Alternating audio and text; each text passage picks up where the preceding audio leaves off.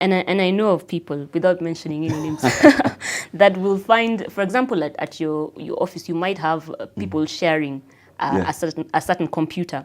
So you might leave your pages open, and someone comes and has access to your To your pages page, yes. and puts up all kinds of things.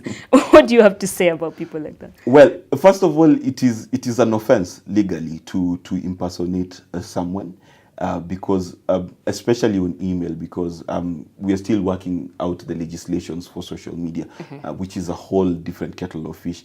But it is largely illegal to cause harm to a person using the digital space. You can be charged in a court of law because of that. Secondly, again, it is very important, if you have shared computers, do not share passwords. You understand that many you need to have as many security features.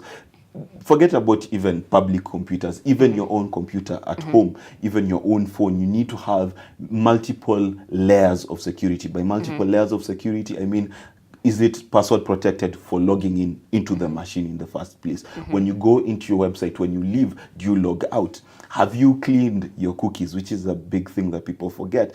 Because a lot of the time, if you don't clean your history, you don't clean your cookies, perhaps you've clicked on remember my password. So every time someone uses that computer, your password is left there. So you need to take, your password is access to who you are.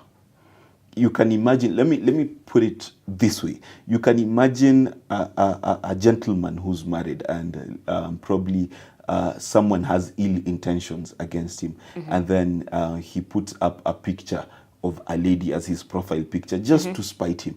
Then you can imagine what the wife will think. Yeah, and before you explain it, it's a very long thing. So you need to understand that access to your account is access to your life.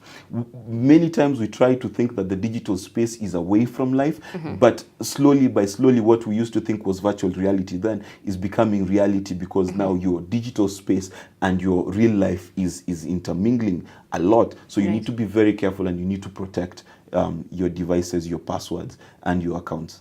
And I think, Mark, there's largely a perception that you can get away with things you do online. I don't know why that is. Well, the perception is there because for the longest time, unfortunately for Kenyans, our laws took a very long time to take effect. They still, I am aware that the Communication Commission is still working out laws and developing prosecutorial and investigative powers to be able to follow on digital crime. And of course, in the 90s, the advent of the hacker made it even worse, because hackers in the States were known for hacking into the most secure servers in the States. So by and large, there's a legal framework to protect people, but again, there are so many users of digital space that a lot of people think they can get away with it, but the law is tightening around them with the laws we're putting in with as technology advances. But also remember that your IP address, which is unique to you, can be traced back to you. So as the police force and the government develops its muscle to follow on digital crime, we will see a lot more arrests. I think this year we've seen about 2 arrests of bloggers concerning abuse of cyberspace. I predict that in the next 2-3 years you'll see a lot more of that. And just a call to fellow Kenyans: we're going into elections. Do not abuse social media. Let's use it for being social, not anti-social. Right. Yes. And maybe we can just go back to the office setting and talk about what kind of sites are you allowed to view within that setting, and how can you really respect the that setting.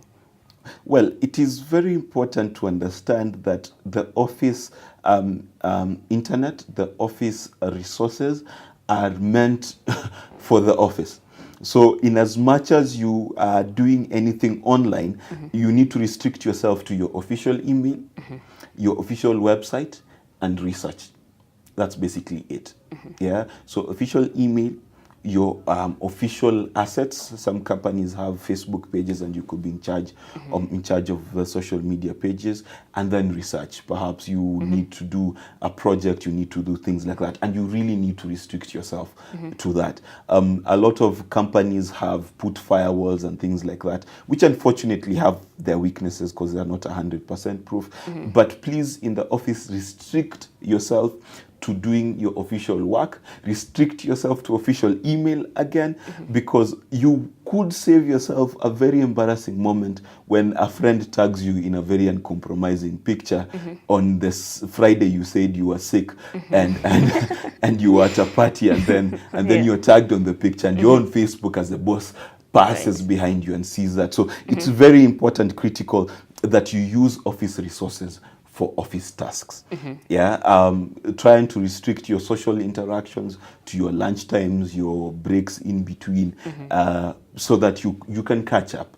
Social media, yes, it's instant, but it also has a 6-7 hour delay that you can respond in good time, and it's still acceptable. So office space, office resources for office work. That's essentially it. As a business owner, it hurts me very much when I meet my employees doing things that they should not be doing. Yes. And Mark, I think you would remember that a few years back, most companies would actually ban the likes of Facebook and all that, because it was a waste of time. But now I think you've noticed that people are moving into that as well. Yes.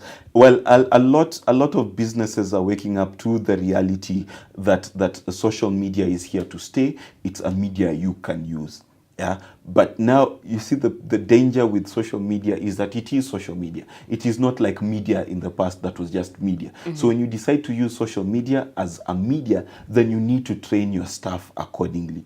They need to have the discipline. They need to know how to talk to your clients on your Facebook page, on your Twitter page. They need to have the proper etiquette. You need to give them enough information, because the danger is, and this is the expectation of social media, is if I am talking to you on social media and your name, let me think of a brand off the top of my head, is Air Travel East Africa. I expect that when I write and say I would like to book a ticket to Rwanda, I will find an answer very quickly, because that's the expectation that social media puts upon yes. And I have seen a lot of companies, and I consult for a lot of corporates about them going into the digital space, both websites, Facebook and whatever, is that they assume that you can just get your marketing person or the lady who sits at the reception and add a little caveat on their contract and say you shall now be in charge of social media. And this person is overwhelmed because they do not understand the rules of social media. What will they do when a competitor puts a picture of your badly beaten up plane on your page? They don't know how to delete the picture. They don't know how to react. They don't know how to respond. So you need to, there is a need to professionalize what is social media in the corporate sector. And then once you professionalize it, you need to also tell your employees that you cannot use the office social media space for your own purposes, because then what could happen is, instead of telling a friend something, they will end up telling a client, what about coffee today in the evening? And then it becomes a very embarrassing thing for your company. Yes.